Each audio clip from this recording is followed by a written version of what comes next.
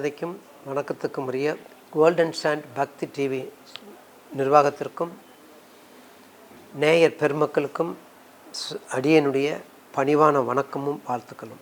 சிம்ம ராசி உயர்வான நட்பிற்கும் உண்மையான உணர்விற்கும் உருவம் அவசியமில்லைங்க. உணர்வுகள் போதும். நம் உள்ளத்தில் வலிமையாக இருக்கும் தாங்கள் தான். உள்ளத்தில் வலிமையாக இருக்கிறது தாங்கள் தான். அப்போ இந்த வருடம் உங்களுக்கு எப்படி இருக்கும்? இந்த குரோதி ஆண்டு தமிழ் புத்தாண்டு உங்களுக்கு எப்படி இருக்கும்? அழகா சொன்னீங்க சுவாமி. எப்படி? சிம்ம ராசி நேயர்களுக்கு மிக மிக அற்புதமான ஆண்டு. ஏன்? ராசிநாதன் உச்சம். முதல் பாயிண்ட் ராசிநாதன் உச்சம். அதுக்கடுத்தது சுக்கிரன், உங்கள் ராகு சுக்கிரன் புதன் நீச பங்கராஜோகத்தில் இருக்காங்க, 8ல் இருக்காங்க. உங்கள் ராசிக்கு 8ல் இருக்காங்க. 8ல் இருந்தானா அந்த பாவகத்தன்மையை மாற்ற முடியாது. நேயர் பெருமக்கள் தெரிஞ்சுக்கங்க. என்ன 8ஆக இருந்தாலும் 3, 6, 8 பண்டில் மறைஞ்சாலும் அந்த பாவகத்தன்மை, அந்த சுக்கிரன் உச்சம் பெற்ற குணத்தை கொடுத்தாகணும். புதன் நீச்சம் பெற்ற கொடுத்த மட்டும் நம்ம கொடுக்குறாருல, அப்போ உச்சம் பெற்ற கொடுத்த அந்த பலத்தையும் கொடுக்கணும். அப்போ நீச பங்கராஜகமாக மாறுது. அங்கே ராகு வேற இருக்கிறாரு. 2ல் கேது. உங்கள் ராசிக்கு 2ல் கேது. மதிப்பு, மரியாதை, வணக்கம், வாழ்த்துக்கள், குடும்பம், கவனம். என்ன 2க்கும் 8க்குரியவன் சிக்கலில் இருக்கான்ல, அப்போ குடும்பத்தில் ரொம்ப கவனமாக இருக்கணும். இதில் கணவன் மனைவிட்ட மட்டும்தான் கணவன் மனைவி உறவுகளில் விரிசல் இல்லாமல் இருக்கணும். மீதி எல்லாமே உங்களுக்கு நல்லாயிருக்கும். எந்தெந்த வகையில் நல்லாயிருக்கும் பாருங்கள். குரு உங்களை பார்க்குறார். ஃபஸ்ட்டு குரு உங்களுக்கு உங்கள் ராசிக்கு 9ல் இருக்கார். அப்போ எவ்வளோ நாளைக்கு முடிஞ்சிருச்சு? 1 வருஷம் முடிய போகுது. 1 வருஷம் முடியுது உங்களுக்கு. 9ஆம் அப்பா பாக்கியாதிபதியாக இருக்கார். அப்போ இதுவரையும் நீங்கள் உங்களுக்கு உங்கள் தசாபத்தியை பார்த்துக்கிட்டு மிக நல்ல பலனத்தை கொடுத்துருக்கணும். நல்ல பலனத்தை கொடுப்பார், அதில் மாற்றுக்கிறது அல்ல. அதுக்கு அடுத்தது பாருங்கள், உங்கள் ராசிநாதன் உச்சம் பெற்றிருக்கார். ராசிநாதன் உச்சம் பெற்றிருக்காரு. 5க்கும் 8க்கும் உரியவரோட இருக்கார் பாருங்கள். 5க்கும் 8க்கும் உரிய குருவோட உங்கள் ராசிநாதன் உச்சம் பெற்றிருப்பதனால் நிச்சயமாக ஒரு இந்த 1/5/2024 வரை நல்ல பலனை கொடுப்பார். சுப பலன் தாங்க. 1/5 வரை உங்களுக்கு. ஏன்னா குரு பலம் இருந்தால் தான் எதையும் நம்ம பார்க்க முடியும். குரு பலம் இருந்தால் தான் எதையும் சாதிக்க முடியும். குரு பலம் இருந்தால் தான் எதையும் சந்திக்க முடியும். குரு பலம் இருந்தால் தான் நமக்கு எல்லா வகையிலையும் நன்மையை கிடைக்கும். எவ்வளவு நாள் இருக்குது? 30/4 வரையும் உங்களுக்கு இருக்குது. 30/4 வரையும் இருக்குது. பார்த்துக்கோங்க. அப்போ உங்கள் ராசிநாதன் உச்சம் பெற்றிருக்காரு. 5க்கு 8ல் குரு இருக்கிறாரு. 2ல் கேது இருக்காரு. செவ்வாய் சனி இது முக்கியம். செவ்வாய் சனி ரொம்ப முக்கியம். அப்போ செவ்வாய் சனி உங்களுக்கு 7ல் இருக்கும்போது பாருங்கள், 2, 8ம் கவனம். 7ஆம் பாவம் சமசப்த பார்வையும் கவனமாக இருக்கணும். குறிப்பாக யார்கிட்ட மனைவி தான். அப்பா பாருங்கள், அப்பாவோட உடல்நிலையை பாருங்கள். அம்மாவை பார்க்குறோட சிம்ம ராசிக்கவங்க அப்பாவோட உடல்நிலையை பார்த்துக்கோங்க. நிச்சயமாக சென்னை அருகிலுள்ள ஞாயிறு கிராமம் வழிபாடு, அரசியல் அமைப்பு நல்ல டைம் உங்களுக்கு. சிம்மராசி நேரர்களுக்கு கண்டிப்பாக அரசியலில் போய் மிகப்பெரிய சாதனை செய்வதற்கு உரிய நேரம். மிகப்பெரிய சாதனை செய்வதற்கான நேரம் சிம்மராசி நேரர்களுக்கு மிக சிறப்பாக இருக்குது. பிடிச்சிக்கங்க. காற்றுள்ள போதே தூற்றுக்கொள்ளுங்கள், விட்டுறாதீங்க. அரசியலும் சரி, அட்மினிஸ்ட்ரேட்டிவ் நிர்வாகம், சீர்திருத்தம், IAS, IFS, ஹோமம், புரோகிதர், வெளிநாட்டுக்கு போகக்கூடிய புரோகிதர், தங்கம், பொன் பொருள், ரத்தினங்கள், எல்லா தொழிலும் பண்ணலாம். நீங்கள் நிர்வாகத்தில் எல்லாத்துக்கும் வரலாம். எல்லாத்தையும் நீங்கள் பண்ணிக்கலாம். உங்களுக்கு கீழே தான் எல்லோரும். சிம்மராசி வேலை செய்ய மாட்டீங்க, வேலை வாங்கக்கூடியவங்க. வேலை செய்ய மாட்டீங்க, வேலை வாங்கக்கூடியவங்க. ஆகா, இந்த மாதிரி தொழில் பண்ணுங்கள். இறை வழிபாட்டில் ஞாயிறு கிராமம், சென்னை அருகிலுள்ள ஃபஸ்ட்டு ஞாயிறு கிராமம். அடுத்து சூரியனர் கோவில். அந்த சூரியன் சம்மந்தப்பட்ட தலத்தங்களில் போய் வழிபாடு பண்ணுனா நிச்சயமாக உங்கள் ஜாதகத்தை கொண்டு போங்க. திருப்பட்டூர் போங்க, பிரார்த்தனை பண்ணுங்கள். திருச்சி அகிலாண்டேஸ்வரர் போங்க. எங்கே போகணுமோ உங்கள் எந்தெந்த ஏரியாவில் யார் இருக்கிறீங்களோ அப்படி போங்க. அதுக்காக சென்னையில் இருக்கிறவங்க போய் உங்களை நான் கன்னியாகுமரிக்கு போக சொல்ல மாட்டேன். அதுக்கும் பக்கத்தில் இருக்கிற கோயில் தானுமாலவன் கோயில் இருக்காங்க, ஆஞ்சநேயர் இருக்கார், பகவதி இருக்குது, எவ்வளோ இருக்குது. ஓரி சிவபெருமான் இருக்காரு. அப்படிப்பட்ட கோயிலில் வழிபாடு பண்ணால் மிக சிறப்பாக இருக்கும். இந்த ஆண்டு உங்களுக்கு விடைபெறுகிறேன். நன்றி, வணக்கம்.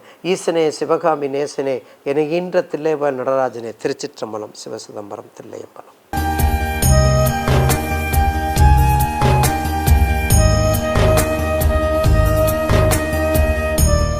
உலகெங்கும் வீற்றிருக்கும் கோல்டன் சாண்ட்ஸ் பக்தி நேயர்களுக்கு உங்கள் விஞ்ஞான ஜோதிடர் ஆம்பூர் வேல்முருகனின் இனிய வணக்கங்கள். இந்த வருடம் தமிழ் புத்தாண்டு 2024 குரோதி வருடம் அப்படின்னு நம்ம சொல்லுவோம். இந்த வருடம் விருச்சிக லக்னத்தில் இந்த புத்தாண்டு பிறக்குது. மிதுன ராசி, விருச்சிக லக்னம் மிதுன ராசியில் இந்த புத்தாண்டு பிறக்குது. இப்போது இந்த தமிழ் புத்தாண்டு படி ஒவ்வொரு ராசிக்கும் என்ன மாதிரியான பலன்கள் நடக்க இருக்கு அப்படின்னு நம்ம பார்க்கலாம். சிம்மம். பொதுவாகவே இந்த சிம்ம ராசிக்காரங்க ஆளுமை திறனும் அதிகார தோரணையும் உடையவர்களாக இருப்பாங்க. இந்த சிம்ம ராசிக்காரர்களுக்கு உங்கள் ராசிநாதனாகி சூரிய பகவான் உங்கள் ராசிக்கு 9ஆம் இடத்துல சஞ்சரிக்கிறதுனால எத்தனை தடைகள் பிரச்சனைகள் வந்தாலும் எதிர்கொண்டு வெற்றி பெறக்கூடிய ஆற்றல் உங்களுக்கு ஏற்படும். பொதுவாகவே இந்த சிம்ம ராசிக்காரங்க ஆளுமை திறனும் அதிகார தோரணையும் உடையவர்களாக இருப்பாங்க. இந்த சிம்ம ராசிக்காரங்களுக்கு பார்த்தோம்னா உங்கள் ராசிநாதனாகிய சூரிய பகவான் உங்கள் ராசிக்கு 9ஆம் இடத்துல உச்சம் பெற்று சஞ்சரிக்கிறதுனால வாழ்க்கையில் ஒரு நல்ல மாற்றம் முன்னேற்றம் ஏற்படும். எல்லா வகையிலுமே அனுகூலமான விஷயங்கள்லாம் நடக்கக்கூடிய நிலை இருக்குது. இருப்பினும் உங்கள் ராசிக்கு 7ஆம் இடத்துல கண்டக சனியின் தாக்கம் இருக்கிறதுனால குடும்பத்தில் வீண் வாக்குவாதங்களை தவிர்க்கிறது நல்லது. கணவன் மனைக்குள்ள ஒருவருக்கொருவர் அனுசரித்து செல்ல வேண்டியது அவசியம். கணவன் மனை விஷயத்தில் வெளியாட்களின் தலையீட்டை தவிர்க்க வேண்டியது அவசியமாக இருக்குது. வியாபாரத்தில் இருக்கிறவங்க கூட்டாளிகளிடம் கொஞ்சம் கவனமாக இருக்கிறது நல்லது. வியாபார ரீதியான புதிய ஒப்பந்தங்களை தவிர்க்கிறது நல்லது. அதே நேரத்தில் வியாபார ரீதியான புதிய முயற்சிகளும் தவிர்க்க வேண்டியது அவசியம். கூட்டாளிகள் ஏமாற்றப்படக்கூடிய சூழல் ஏற்படக்கூடிய சூழல் கொஞ்சம் அவர்களை கண்காணிப்பில் வைத்து வழிநடத்தி செல்ல வேண்டியது அவசியமாக இருக்குது.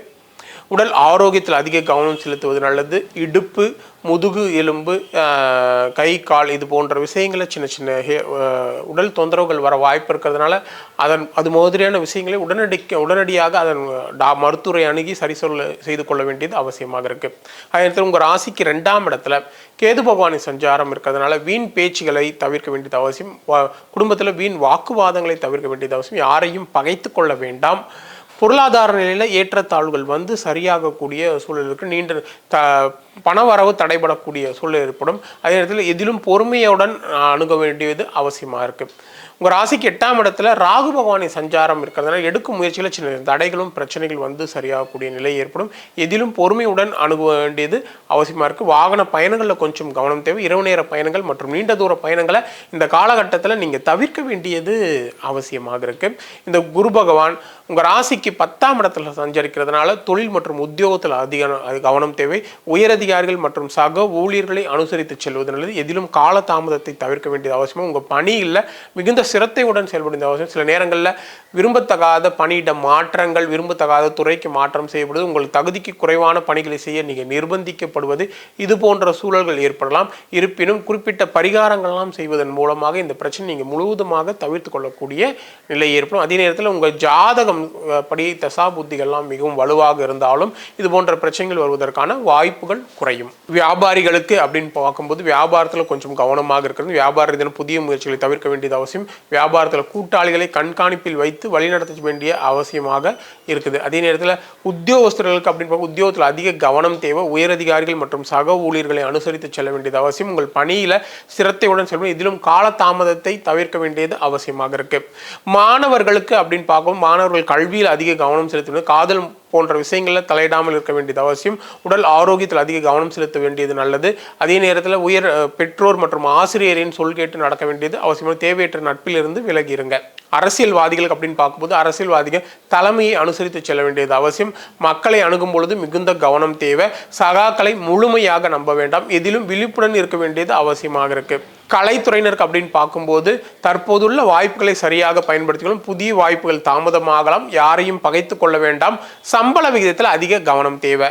பரிகாரம், உங்கள் ராசிக்குரிய ஒரு சிறந்த பரிகாரம் அப்படின்னு பார்த்தோம்னா கிராம தேவதையான கருப்புசாமி, முனீஸ்வரன் போன்ற ஆலயங்களில் சென்று நீங்கள் ஒரு சனிக்கிழமை அல்லது ஞாயிற்றுக்கிழமையில் வழிபடுவது உங்கள் ராசிக்குரிய ஒரு சிறந்த பரிகாரமாக அமைந்து உங்கள் வாழ்வில் அனைத்து சுபிட்சங்களையும் ஏற்படுத்தி தரும்.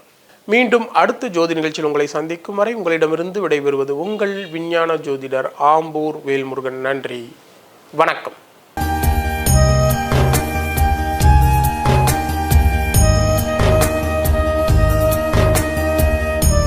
கோல்டன் சாண்ட் பக்தி நேயர்களுக்கு எங்கள் அன்பார்ந்த வணக்கங்கள். இப்போ நம்ம இந்த வருஷத்தினுடைய புத்தாண்டுக்கான பலன்களை பார்க்க போகிறோம். இந்த வருஷத்தினுடைய பேர் குரோதி வருஷம்னு சிருஷ்டிக்கப்படுது. சிம்ம ராசிக்கு 2ல் கேது. இந்த வருஷனுடைய சஞ்சாரத்தில் சிம்ம ராசிக்கு 2ஆம் இடத்துல கேது இருக்கிறார். இந்த வருஷனுடைய சஞ்சாரத்தில் சிம்ம ராசிக்கு 2ஆம் இடத்துல கேது இருக்கிறார். 7ஆம் இடத்துல புதன் மற்றும் ராகு சஞ்சரிக்கிறதுனால 8ஆம் இடத்துல ராகு இருக்கிறதுனால வீட்டில் சில கணவன் மனைவிகிட்டே சண்டைகள்லாம் ஏற்படும். 8ஆம் இடம் மாங்கல்ய ஸ்தானம்னு சொல்லப்படுறதுனால கணவன் மனைவிகிட்டே சில சண்டைகள் ஏற்படும். 2ஆம் இடம் வாக்குஸ்தானத்தில் உங்களால் உரிய நேரத்துக்கு சரியாக எங்கேயும் போக முடியாது. குறிப்பிட்ட டைமிங், இந்த டைம் ஷெட்யூலுக்கு நான் இந்த இடத்துல இருக்கணும்னா அந்த இடத்துக்கு நம்மளால் டைமிங்க்கு போகிறதுக்கு கொஞ்சம் கஷ்டமாக இருக்கும்.